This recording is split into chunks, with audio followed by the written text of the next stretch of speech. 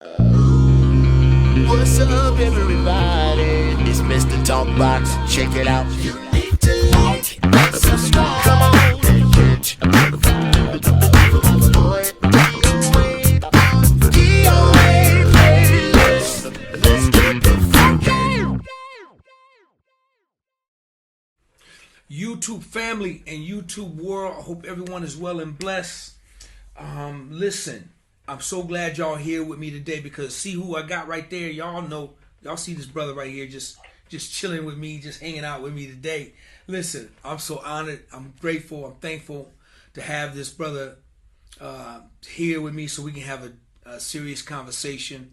You're looking at a young iconic legend at his age. I mean, he's done so much in such a short period of time with the instrument of bass guitar and just as a musician. But not only that, just a great brother that's highly respected by so many people, and it's made a really big influence on so many people in his generation and my generation. And I'm so honored and happy to have him. Y'all show your love for my brother, the one, the only, Maurice Fitzgerald. Mo, what's up? What's up, brother? How you doing, man?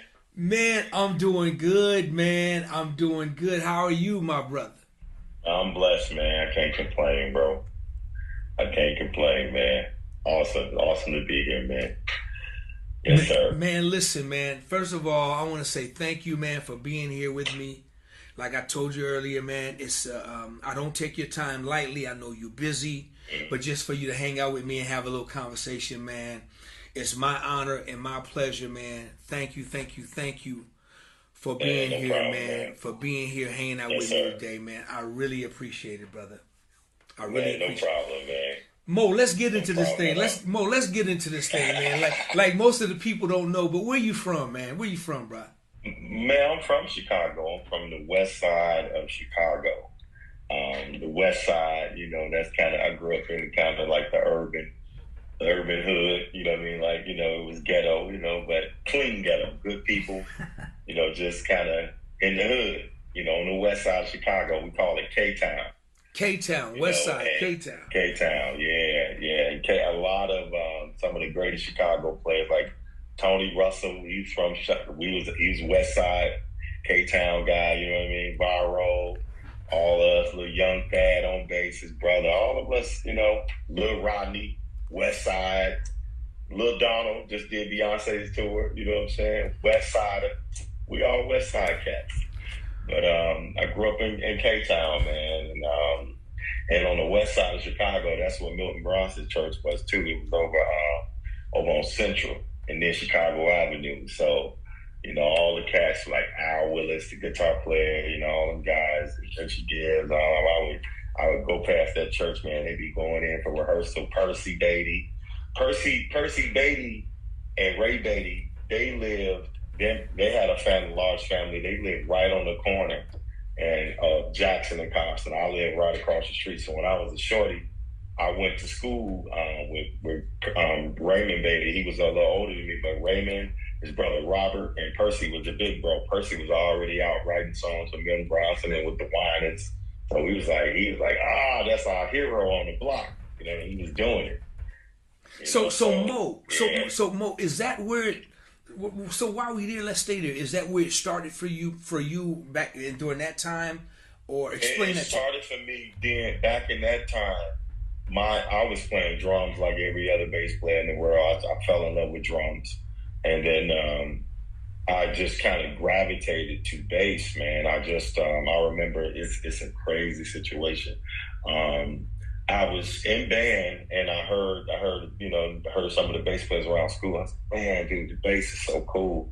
So I'm at the crib in the alley shooting alley ball. We call it alley ball in Chicago. We put a rim on a light bulb, and that was our park. When we didn't go to the park, we was playing 3-on-3 in the alley. So me and my brother back there playing ball in the back, and we noticed that somebody had threw a bass in the garbage, and I was like, man, that's like a bass. I took it out the garbage can, and the headstock was broke at the top, so it could only hold an E and an A string because the neck was broke at the top. So I took it in the crib and I started learning how to play bass self-taught with just the E and A string.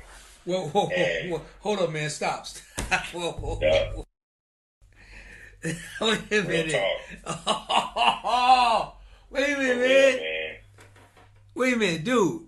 Are you serious? You mean 2 strings, bro? I'm dead. 2-string bass. I wish I had that bass somewhere in a Smithsonian somewhere. Like that bass was a start for me. That's the first bass I ever owned when I found the trash. Playing ball, hooping, took the joint in, cleaned it up. It had 2 flat round strings on it. I had went over my brother's crib, my older brother, Cardell. He had a tape with the Milton Bronson called There's Hope. He gave me that tape. I was mesmerized by Steve Huff playing on this record. So I took that 2-string bass and I was trying to learn all his parts just on the 2-string. Learning how to play the songs and identify with making tones and sounds with an instrument was that 2-string bass. And then, like, my uncle saw that me getting interested in bass. He said, oh, man, I got to get you a bass. He gave me a 4-string. And then from there, that's when I started really, I had a full range of the bass. But I had spent almost a year just playing up and down with 2 strings. Just whatever the song was, I was just, maybe not even playing correctly, but my love and my connection to music came with that 2-string instrument. Bruh, I'm blown away by that. Yeah. I'm blown too. You messed me up with that, man. That is crazy. So how old were you during this time? I had to be about, I was just freshman in high school, so I want to say I was about 16, 17, somewhere in that area. I was young, you know what I'm saying, like 16, 17 when I found that bass. You know what I mean? So that bass, I remember being a freshman in high school. I remember coming back sophomore year after having a bass, them thinking I'm just drums. They didn't even know why I had started learning over the summer. I come in like, man, I play bass now. I'm learning. They was like, yo, man, you sound decent. And so from there, they was like, man, dude, just get on the bass. And my music teacher at the time, Mr. Hunt, Mr. O'Banion, it was like, man, we're going to put you in jazz band. I started learning how to read out the fake book, playing the jazz band. I could already read drum music, but I started learning how to like read notation and note value and playing jazz stuff in the jazz band. And that just opened up my ears. And then from there, it just kind of took off from there.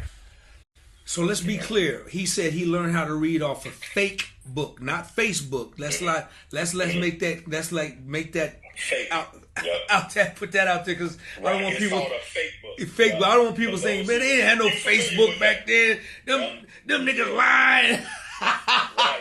It wasn't no Facebook. Right, it's fake book. Right. Book. That's what all the jazz cats you would read out of this book. They have all the songs in it. Called the FAKE. There you go. I wanted to make that plain and clear. But so I gotta ask you this: Are you a PK? No, I'm not. I am not. Okay. My mom became an evangelist later, but my grandmother was in preaching, and I was just born in the apostolic PCAF organization. Okay. Very strict. Okay. Same organization Fred came up in Detroit. Okay. He was PAW, but we was PCAF. Same people, same thing. So I came up strict church, so my mom, the crazy part is, so during this time I was learning how to play bass, my mom was like, you should just play gospel music and blah, blah, blah. And my dad, he loved God, but he wasn't in church like that. He said, son, I understand, learn the gospel, but if you want to expand your wings, because he was an avid music lover. So he was like, man, he gave me a stack of albums. He gave me Maze. He gave me Steely Dan. He gave me Led Zeppelin. You know what I'm saying? He just gave me every kind of record, and it was just multi-genre. Learn how to play these bass lines. He was like, this is how you learn how to play.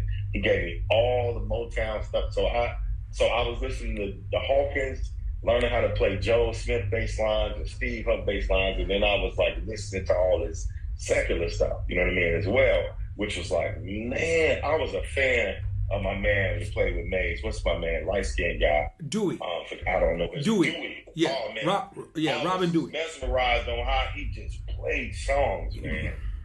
For me, it stuck out guys who could that made the song come to life. Yeah. And I said, man, this dude, the bass lines just seem to be so iconic the way he set. And then, you know, I was like, so I listened to a lot of old school and got into that. And then I had one uncle, when I would go over his crib, he liked to smoke weed and listen to Parliament and Boosie. He loved bass. He had a Kramer bass in the corner, but he couldn't play. He just said, man, I just love bass, so I went and bought one. Man, so I go over his crib, I'm playing on his Kramer, the split head, and he's like, nigga, that was my first introduction to Parliament, Boosie Collins, and he gave me School Days record. So I took School Days to the crib like, oh man, Stanley Clarke. And I was trying to learn all that junk verbatim, man, you know what I'm saying? And it was just, I had a gumbo of inspiration through these albums and through people and through just going to rehearsals. And back in the day, people had bands and they used to be rehearsing at their cribs and their garages, and everybody was into music then because most music was in the schools. So everybody had instruments, whether they paid for them or not. People had saxophones from their band and from high school. And so music was like all around you. Because there was no YouTube, there was no Facebook. It was like you had to be hands-on if you wanted to. You had to go get it, basically. You understand me? Either from the church, either from local bands. So that was my experience as I was learning how to play, man. Mo, I get it, man, dude. That makes so much sense, man. And I don't want to move. I don't want to move because we can go to the end of the conversation right now just from that. Right. But that makes so much sense of who you are, because most players, you know, they grew up in church. Most of the guys that grew up in church, it was just strictly that. You know, you the PKs, you know, mother and father PKs, and so it was only one thing that was allowed. But you know, you had one on this side and one who was welcoming on this side. So you had the best of both worlds. And listening, like you said, you had a gumbo of music in your house. That explains why you why who you are today. But I don't want to move too fast, man. So let's back up. So at 16, you really into it and playing in the jazz and doing all that stuff. But so Mo, when did you say to yourself, man, I'm meant to do this. This is what I wanted.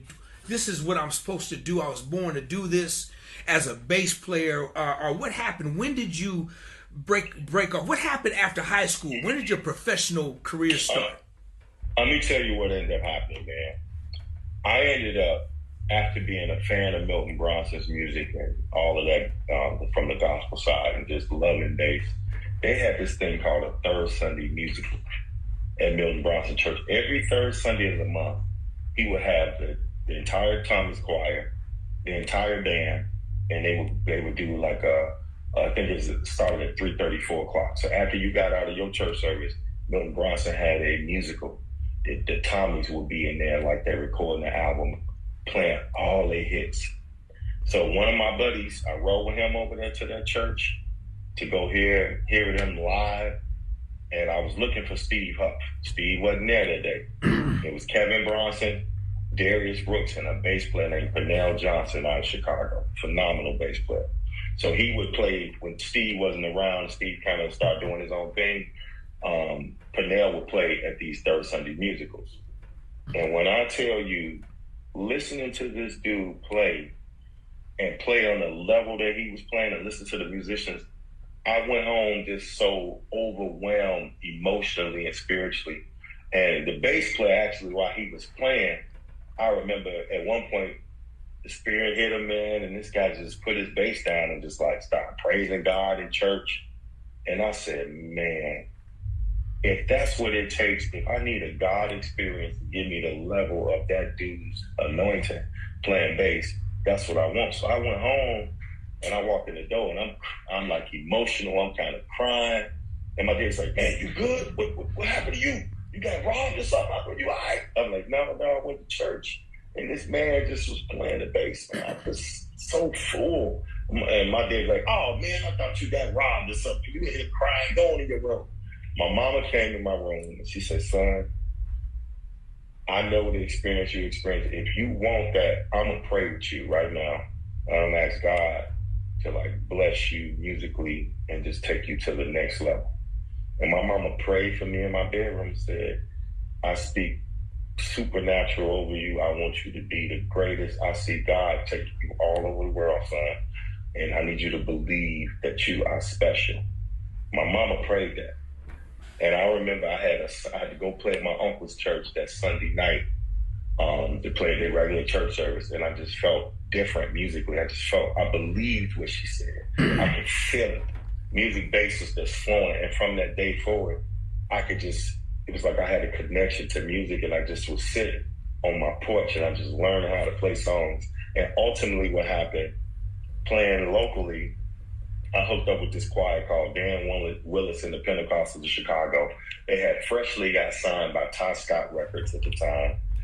At the time, John P. Key was on Ty Scott. You had all the heavy hitters on Ty Scott. And so I was playing for this choir, and they got ready to do a live recording. So I'm thinking, I'm peppering to play on this record. He was like, okay, you're going to be the bass player. And Sanchez Harley was the producer, and Darius Brooks. They came to the band rehearsal, and they said, hey, listen, Darius, like, man, look, you're not ready to do no record. Just not ready. You're not good enough. And so it crushed me. I went and told my mama, and said I wasn't good enough. She said, all right, I want you to still go to every rehearsal. They're going to bring in some other musicians, still go to rehearsal, and you learn, and you sit there. Don't hold your head down. I went to every rehearsal. Darius brought in Al Willis, Richard Gibbs, Lamar Jones, all the A-lister guys that play on this record. And I went anyway. And in doing so, I ended up playing like one or two songs on the record. They allowed me to play. And then from that experience, I could see when they brought in those recording guys, I understood why I didn't play on the record. I said, I don't have that. I was enamored by their approach to interpret and to make the music come to life and just be improvisers on that level. And I was like, oh my God. So I was moved by something that was disappointing me and crushed me, actually made me hungrier. So the next year around, I was able to play on the next record. And lo and behold, Dan Willis invited John P. Key to be the special guest to come sing a song with him. John was in town doing a concert in Chicago. He brought his whole choir, and they sat in the audience as we recorded this album until it was his turn to sing. After John got ready to leave the stage, he looked down in the pit and said, young man, I listened to you all night. You sound great. Keep it up. He just said I sounded great and then left. I was like, oh man, John P. Key said I sounded good. Do you know that next following week, John called back to Chicago and said, that bass player I heard play at Dan Willis' record, I'm looking for him. I want to talk to him. Man, he called all around Chicago and finally found me and said, hey, Jeanette called me. She was the manager at the time. She said, Pastor Key in Georgia playing. He wants you to come down to North Carolina and play and see if you can, play for New Life. I took my money I made on that session. I made $400 that day. I bought a Greyhound ticket and I rode to Charlotte, North Carolina. And there was Michi, and we call him Coon on drums. We played with Frankie Beverly, Calvin Napper. We rehearsed for about 3-4 hours. They put me on a bus and we rode to New York, and that was my first gig. Through that experience, playing with Dan Willis, through my mama's prayers, through believing, through forcing myself to just keep pushing, he put my sound in the ears of John P. Key, and that's when everything happened for me. And I was still in my last year of high school, bro. Whoa. Wait a minute, man. I went back to school like, man, I played for John P. Key. They was like, no, you don't. You lying. It wasn't no YouTube, wasn't no Facebook, wasn't no proof. And so that's how it happened. My friends didn't even believe me until John came back to Chicago Gospel Fest and I was on stage, and the whole city of Chicago saw me on stage with John P. Key and lost it. Like, oh my God. John was the biggest of the biggest at the time. So are you telling me this happened while you was in 12th grade, bro, in high school? This was my last year in high school when I got John P. Key gig, bro. So hold on. I learned how to play bass, and in like 3 years, it started. It happened. Next year, I'm playing with John P. Key. So hold up. You went from high school straight to a gig, straight to a career, basically. Straight to the major gig. Like that. And I hadn't been playing bass that long. You understand me? That's what happened. And I'm telling you, I got out there with John, and I call that boot camp, bro. I learned how to be aggressive, how to play live, how to make the room move without playing too much. He was boot camp. So all the stuff I had learned on my own, John gave me a wealth of knowledge. He was just tough love. Hey man, y'all gonna go out there, y'all gonna slam. We don't care about no sound check. Don't worry about all that plug up and whatever. Let's go. If you can play, you can play. And first I was young, I was like, yeah, this dude tough. But man, it groomed me. He prepped me to be the bass player. It was like different people coming in my life that was shaping my sound and my playing, bro. Seriously. He's like, man, I like that Chicago hump on you, man. Yup. And he just told me I was great. You the man, Reese. John would do that. He was like a football coach, bro. Man, because your mother prayed for you. That's right. She was the launch of everything, bro. Man, she was the old school mama, man. We had the mothers, grandmothers that would say things to you. You believed it. That's powerful, Mo. That's powerful, man. That is powerful. So it's crazy, man. So you go, you know how unreal that is, man. To go straight from high school to a gig, man. I mean, it took me almost 3 years to find something after high school. So for that to happen for you, man, is like I said earlier, man. I see why you're the player you are to this day, man. You it's all coming together for me. Your story is coming together. So now you do this run with John. How long does the run with John last? How long are you with John? So let me tell you. So initially when I got the gig, I had to finish my last year of high school. So I only could play with him that summer. And then my mom was like, you're not quitting school. You got to go to school and finish. So I had to do my last year in school. And then after that, John circled back to me. And that's when my mama allowed me to just get on the road at like 18, 19 years old. And she said she was scared, but she allowed me to go on the road. And John was my first launch, man. And that's when I started doing tours. John at that time, man, would be gone for months at a time, man. We had started touring. It's almost going to be 2 months. It turned to 3 months. Because John had this thing about, he would have a tour. If we at Six Flags or at a major at the Apollo, he going to call around town and be like, all the local churches, hey, I want to come sing at church. Let's put a concert together. So everything was always extended. You know what I mean? The first song I ever played in the studio with John P. Key was Show Up. He took me in the studio after he wrote the song on the road. Said, man, he told me to take Young Boy. He called me Young Boy. Take the Young Boy in the studio and let him play bass on Show Up. Because most of John's records used to be programmed, man. Like, keep, real program stuff. So he was like, man, I want you to play. So that Show Up album was like kind of the first introduction where I played multiple songs. You had live bass and strength. It's all me. He just said, man, I want that sound. He let me play the whole record. John started putting me on all those records. And that's when I started getting my studio chops on how to play records. You know what I mean? Through the John Key experience. So did he allow you to be creative? You're coming in there new, green, first time working with him in the studio. Did he allow you your freedom? He did. John was like, man, do that. He would make sure to suggest things. John, he had this rough, he was quartet, but he was cameo. He like funk. He wants you to dig. He wants you to land there. He didn't like busy. He like, man, color, but just, I want that groove. I want people to be able to move to it. And that's where that dirt came from. And then I go back to my old records. I'm like, all right, listen to Maze and listen to Cameo. This is how they laid in the groove. And I would just apply that mindset to what I grew up listening to. You know what I mean? Got you. Interesting, man. So you go out with John. So now you're officially the bass player. So Mo, that's when touring was really touring, right? That's when tours was real. Man, that's when tours was... You was gone. So now you're out. Yeah. Now you're out with John. You're working with John. How many years did you work with him before the next thing? I think I stayed with John a good strong 5 or 6 years, man. like as his bass player. It went for about 5 or 6 years for sure, because we went through transitions of bands. It was me, Michi, and Coon. Then it turned to me. Rest in peace, Ivan Powell, Doobie Powell's uncle, and Hubert Powell's brother. And then it was Liddell Abrams out of Detroit. And that's when we started forming that. And Tim Mole on guitar. And we started forming that thing, and we became a unit. And we did the Strength album and all the Inner City Mass and all that stuff.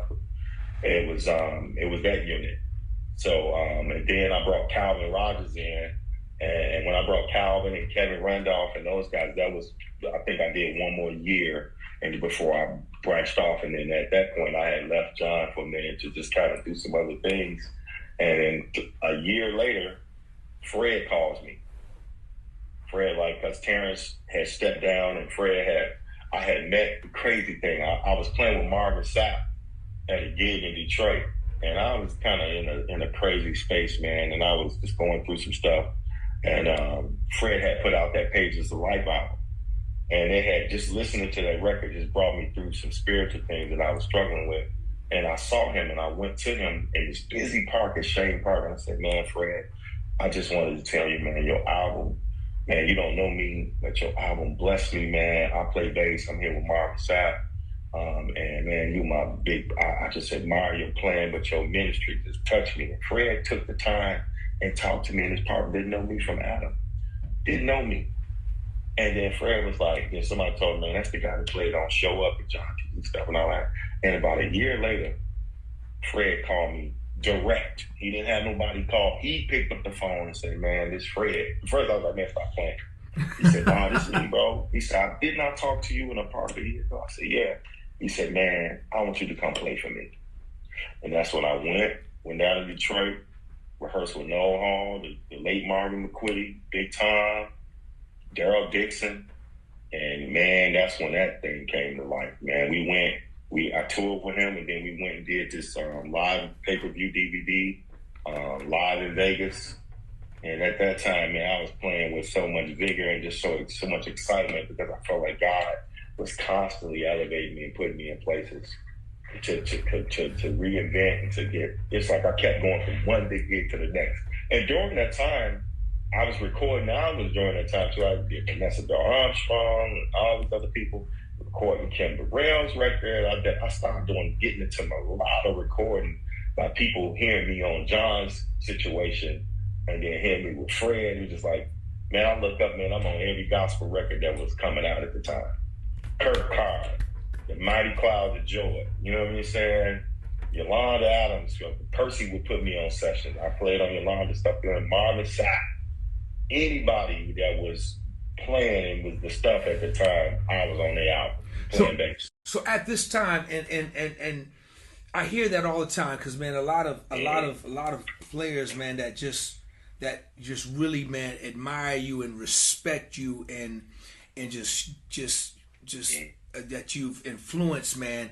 I hear the same thing coming from them, man. They talking to Lil Rodney, man. Rodney was telling me, man, how every album he picked up had your name on it, and he was just, he was like one of his heroes, man. He was just blown away, and I hear that by so many young cats, man. So you're basically now really making that name for yourself. You just really, man, planting that, sowing seeds and putting yourself out there, making a serious name for yourself in gospel world. Now tell me, let's talk about secular world, man, because your name is embedded in secular world so deep and rich, man. When did the change started to come? How did that started to kind of happen, man? Well, let me tell you, what's crazy is I was the gospel bass player, and I had no time for nothing else for a minute. But low key, when I would come back to Chicago, I would go play in the clubs with a couple of my homies, man. So we were playing everybody's stuff. That was my way to play the secular stuff that I love. So I would play. I was the gospel guy, played on these records, and I toured gospel. And I would play in the clubs and play secular stuff. But the turn happened. It started with my first outside of gospel experience was Ramsey Lewis. Ramsey Lewis, yeah. My boy Kevin Randolph called me, keyboard player, He's from Chicago area, live in LA now. Kevin was like, man, I'm working with Ramsey, man. Can you come do a session? And I was like, man, cool, Ramsey Lewis. Oh my God. I got with Ramsey, recorded on one of his, played a song on his record, and then he was doing that Urban Nights thing. So him and Maurice White was doing Urban Nights. He had Omar King and all the cats on that. That one year, he said, I want to do Urban Nights, but I want to form Urban Nights in Chicago based. And he put me in Urban Nights. Put me in that band. And I thought it to the legendary guy like Ramsey Lewis put me in Urban Nights. Such an honor, man. And I played on that Urban Nights record. And that was the first one. And then what happened when I was on tour with Fred Hammond, I got a call that Ethan was going to do the Janet tour. And then there was a vacancy in the Destiny's Child situation. I got a call and they said, man, you want to audition? And your name came up highly. And so I went and I sent my tape in. And Kimberly Burst, I sent a tape. I sent her a bunch of gospel stuff. And she said, that's you playing on Kim Burrell. I said, yeah. She said, man, Beyonce and them love that DVD, man, live in Memphis, that shit. I said, yeah. Man, so I ended up getting the audition and getting the gig with Destiny's Child. That was my first major big pop gig.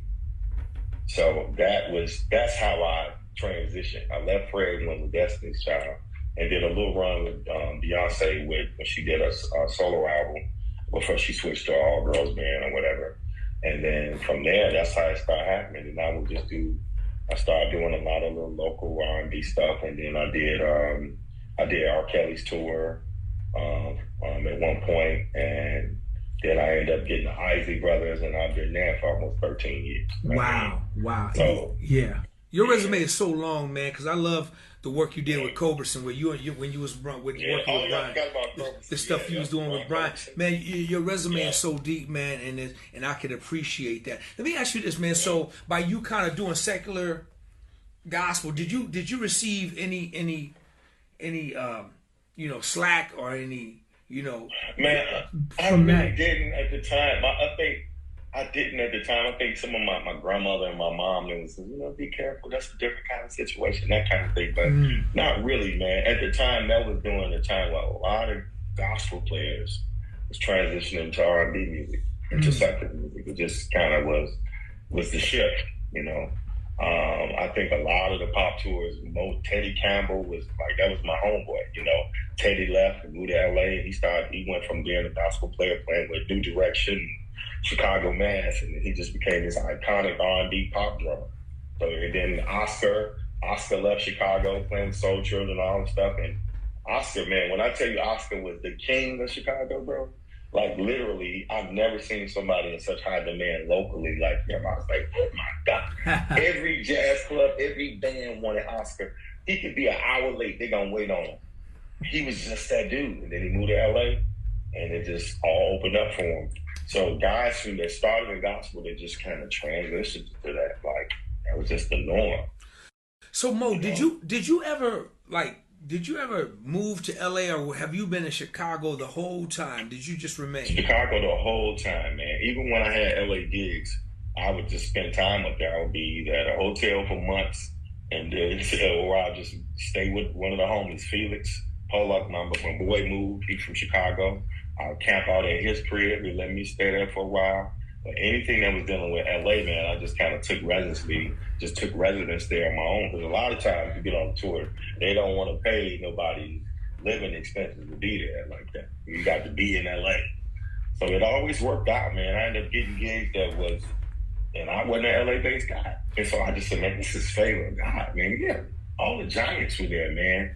And they were allow me that they wanted me to come there like that. That was a blessing. So knowing that, a lot of your peers and your comrades and people from your home, because Chicago, man, they transition to LA and they just dominate, man. Chicago just come and just really get work. So that didn't influence you, or you were not motivated to take that route? And if not, how come, man? You know what? I had just got married, man. I just felt like, it wasn't, that move was kind of drastic at the time. I'm a family guy. I was trying to stay home. My peers and my siblings were there.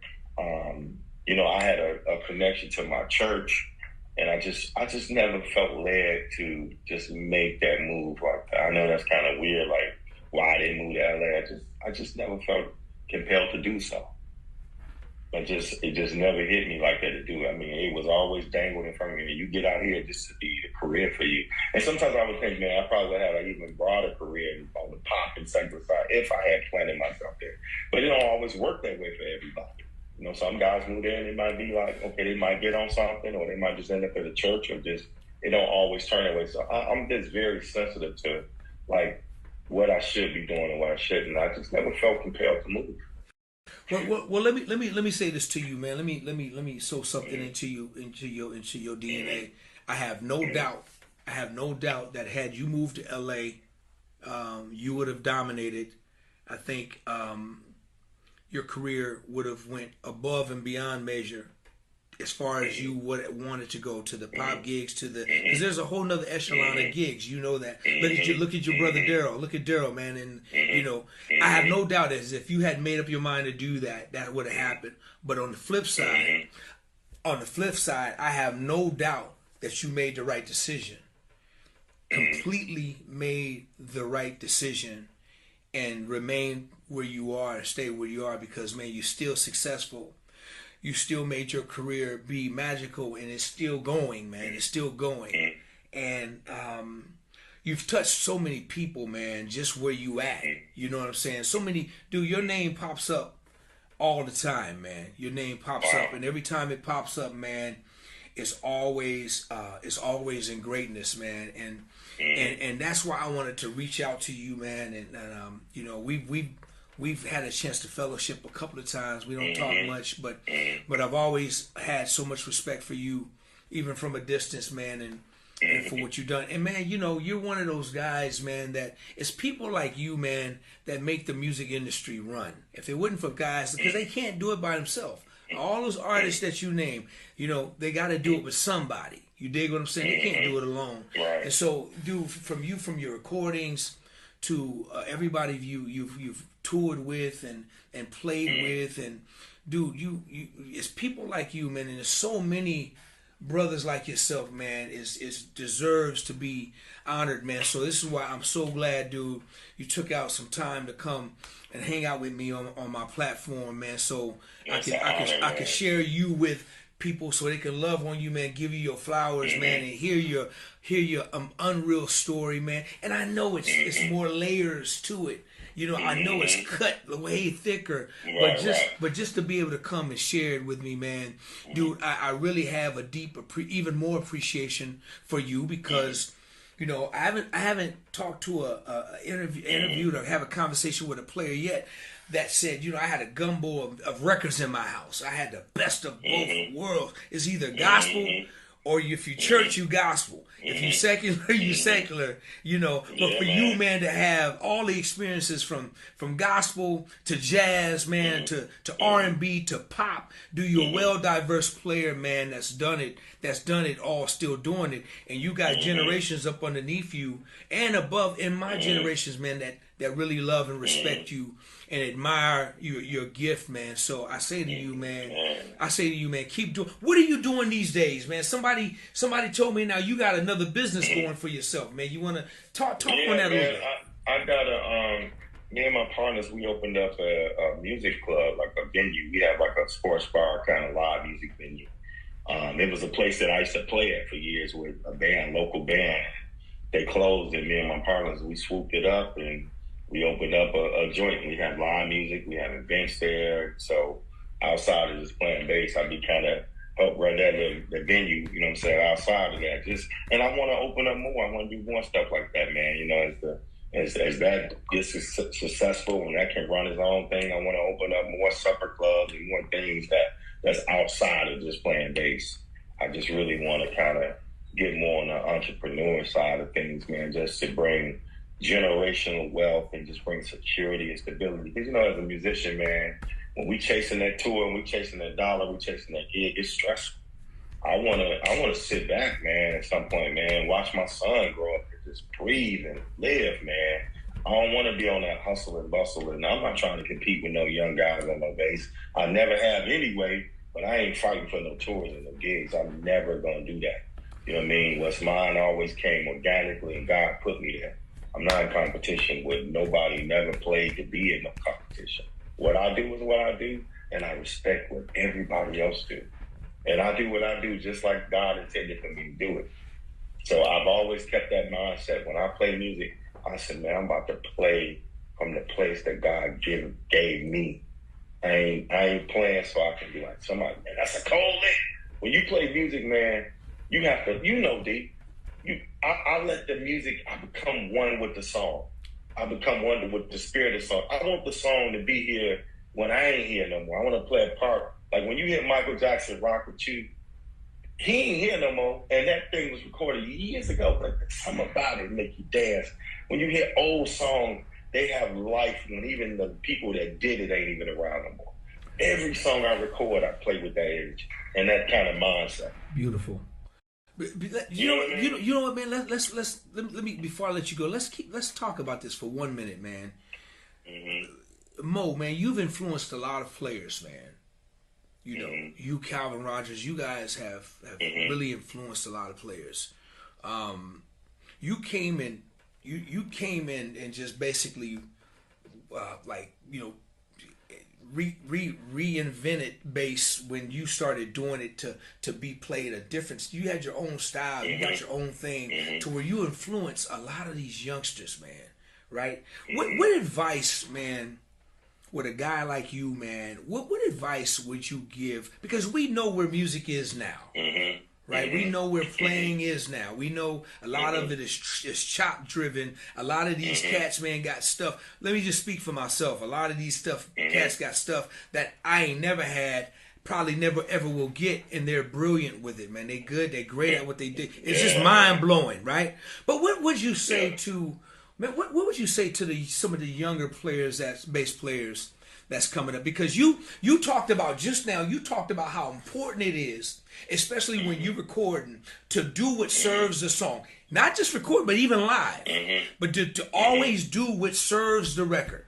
To give that artist what that artist wants. To play them records like their parts. Play the record. That's how I was raised the same way. It took me a while to get it because I was a cocky little arrogant dude, and it took some beat downs before I got it in my system. Dude, if you don't come out of that, you're not gonna last long. So what advice, man, would you give to the younger cats that's coming up, that you know that we know that just look up to you, man, and just love the way you play, love what you do, and you're their hero. What would you say to them? Man, I would say all of the information and musicality that you guys have is so beautiful, man. But when you get into recording and playing live, you have to understand music are layers. There's the keyboard, there's drums, there's rhythm, and you got the melody sitting right on top. The bass serves a purpose in the music that, if not played and thought out properly, you can be an interrupt to everything else that's happening. It's not saying it's not beautiful, it can be amazing. But one thing, I used to listen to the way James Jamerson played bass. And Jamerson would be moving, right? But it was all within the melody, and he just danced, and he'd a bridge, man. He just carried everything. Everything he played, I said, I can't believe this. He had a voice in the music, and he became the song. Marcus Miller, Nat Adderley, and Luther Vandross, to me, was the A-team. To have perfect vocal with all that orchestration and the bass just serving. And he's sweet in there now. He's playing some nice stuff, but it's so memorable. You got to rewind it because he ain't playing too much. You got to, what did he play? And it just served the song. Nathan Neese, when he played on Anita Baker's record, compositions, all the stuff he played, I just was in school like, oh my God, Anthony Jackson playing on Shaka Khan records, playing all that stuff. I'm like, these dudes is making these songs. And for me, you have to find, not only play the right tone, there's a lot of instruments out there, man. I'm into tone, I'm into the way your fingers touch the bass, the sonics, all that matters. I'm not gonna play a big glassy bass on something that need a little dirt and need a little warmth. You know, change the settings, Find that space. Where the drum at? Where the vocals at? Let me play that right in the middle. Oh yeah, that's how you approach a song. You almost got to be thinking as a producer, we all are producers. Think producer, man. How would Quincy want this to all come together? I think about all those great people, and they all embedded in me when I play songs. And I ain't nothing like serving a song, man. Ain't nothing like that, because man, you hear it back, and it be catching like, man, what made you play that? What made you do that? I yield to the song. I became it. You understand what I'm saying? Even live, man. We did a thing last night. We did a tribute to the Isaac Brothers, some local guys, and man, we just played that music like it was real. And man, everybody in the room was like, oh, and we wasn't chopping, but people was mesmerized. When you can play a song that an elderly person can be like, young man, you sound great. They don't know the technicalities of instruments. They just know it feels good. And when you get, what touches the heart will touch the heart. What comes from the heart will touch the heart. If it's coming from a hard place, it's going to touch somebody else. You know what I'm saying? That's my mindset, my concept of playing bass. So I never worry about being in competition with nobody. This guy's got chops to play rings around me facility-wise. But I know that I'm a part of music and I serve a purpose. And that's my confidence in that. You know what I mean? Bro, listen, man. Listen. Beautifully said, man. Well said. And if one person get it, then we did what we had to do with this conversation. Just one person, because man, you basically telling bass players how to make money and how to be rich and how to live and how to really make a career in this business for longevity. And man, listen, man, I can't thank you enough, man, for hanging out. I got to ask you one question before I let you go, though. Go ahead, brother. One question. Go ahead, brother. You got Mount Rushmore. You got four. For your top bass players, no matter what styles, era, wherever, man, you're going to put on Mount Rushmore. What four bass players you going to put on your Mount Rushmore, bro? My Mount Rushmore, I got to say, man, it is that Marcus Miller. I ain't talking about Marcus Miller's solo record, Marcus Miller. He's a beast in that. I'm not. But the way Marcus played with Luther Vandross, man, that he played ballads right and he played up-tempos perfectly. Marcus Anthony Jackson, inspirational. The way he played bass. It's like he don't think like nobody else, bro. And you're like, what the world? I'm going to pull one of my gospel guys out. Joe Smith. My Mount Rushmore, bro. And I got to say this. It's a few more, but this one guy, man, I got to say, he changed me too, bro. And that's Nathan East. And if I had a bonus guy, I would say Bobby Watson. He played with Shaka Khan. That dude can play some bass, bro. But now that was another bonus guy from Sheep. I'm like, what the world is this? We can't forget about your boy Steve Huff. Steve Huff, of course. That's my sensei. He's my sensei. Steve is my sensei. But when I say my rock, he's my sensei. You know what I mean? And it's just like, oh my God, those guys, man. And you know, Boucher, all them guys are amazing. Amazing. But listen, man, we're gonna add it. My Mount Rushmore. We're gonna add another face, man. We're gonna put Big Mo. We're gonna put Maurice Fitzgerald on there, man, because you deserve to be on there. I'm gonna put you on there, man. We're gonna add another face, man. It's a hard question, man. It's a fun question. It is, man. Because it's so many, man. It's so, brother. Listen, man. Listen, bro. Man, I appreciate you, man. I love what you're doing. Congratulations on your other business, man. I just wish you nothing but success. You're very smart. But one thing you said throughout that whole thing, talking about bass players is it's my go-to thing is what were you thinking about? Not what did you play? Show me how to play that. But what were you thinking? What made you play that? What made you? What were you thinking? Because if you can get inside somebody's mind and the way they think, and if you can kind of think like them, then apply their thinking to your thinking, and then you play your own thing. It'll be your own original piece, right? So listen, Mo, man, dude, I can't thank you enough, man, for hanging out with me, man, and having this conversation, dude. I gotta say something to you, brother, if you allow me to have this, just a 2-second. DOA, when I got hip to you, I couldn't believe your sound. Man, you were innovative, bro, on bass. You are an extreme innovator, man. I was so blown away the way you approach music, man. And you one of my heroes as well, man. I've tried to emulate your style. I can't mess with that penny or which you do. I was like, I tried. I got to use a pick. that in itself. But man, to hear your greatness for so many years, and then I hear my boy Matto Haynes out of Oakland talk about you in such a way. You know what I mean? I hear Ethan and Eric talk about how you just changed their life, and I understand. You just make bass players be different. You so funky, you so groovy. But man, you played a song on Brian Culberson's record while I was his bass player. And you played Funkify. I couldn't believe the way you played them songs. Hollywood Swing, that whole funk record. Bro, man, I just reinvented myself through listening to you on that record, man. Oh, man. So I want to say, man, you are a pioneer and a legend. When you called me the other day, man, I was so excited, bro. I called me, man, DOA called me, man. I can't believe this. I'm talking, I mean, they freaked me out, bro. Like, I love you, bro. Like, I respect you on on a high level, bro. And you that dude. No. And you so humble and you so cool, man.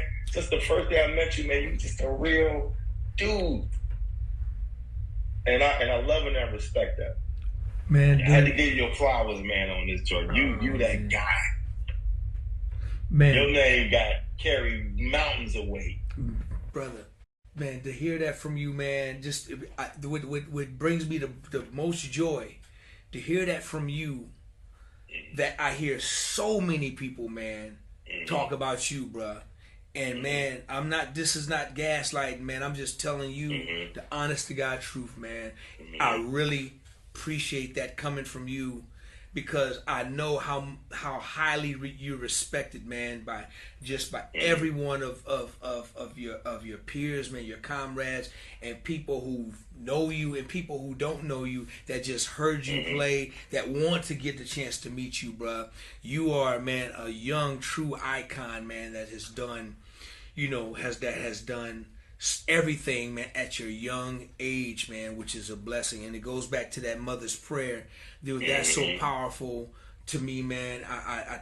Dude, I thank you for sharing your story, Maurice, man. I appreciate you. Real quick, and thank you for the love, man. I promise you, man. Thank you for the love. When we met, I think we met at the Donald Lawrence recording of The Law of Confessions, man.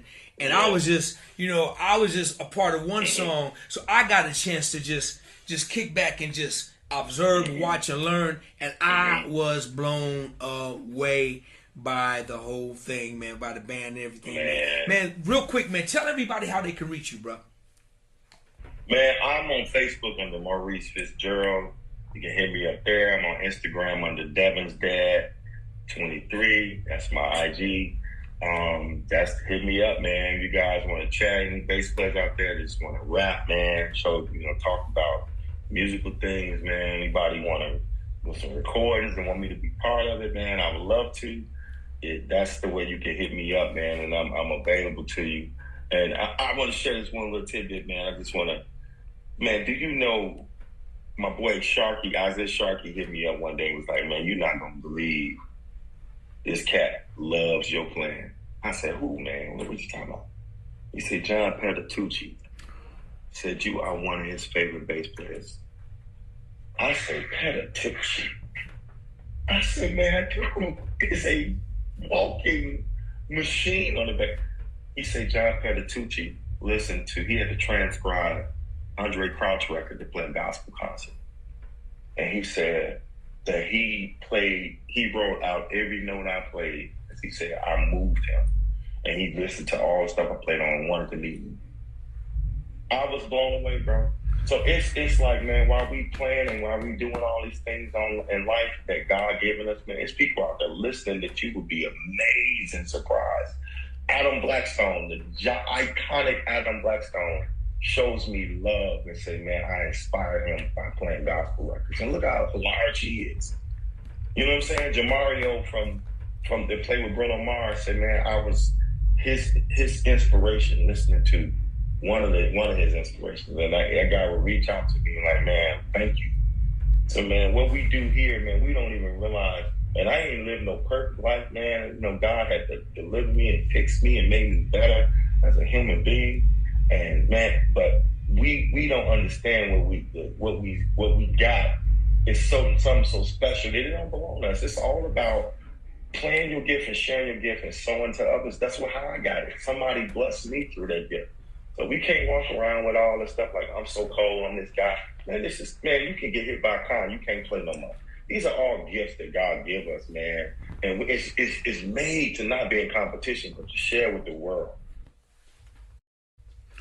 Brother, that's a button. You just sowed a seeds into my life with that. I appreciate, and that's what I'm talking about. Mm-hmm. That's who you are. Don't change, Maurice. Stay who you are, man. No way, bro. I know you still doing the Isleys, man. I hope to catch y'all. Y'all was here. Y'all was in SAC not too long ago, I heard, man. But I wasn't around, man. But I hope to catch you with the Isleys, man. Listen, I love you, man. Thank you love you too, bro. For hanging out with me, man. All right. Anything you need from me, man, just let me know, man. All right. Anything. I appreciate you, brother. Same likewise, man. Right on. Y'all give it up for my brother, the one, the only, the iconic, Mr. Maurice Fitzgerald. Show your love. Thank you, man. Right on, man. Yes, sir. DOA playlist. Let's get the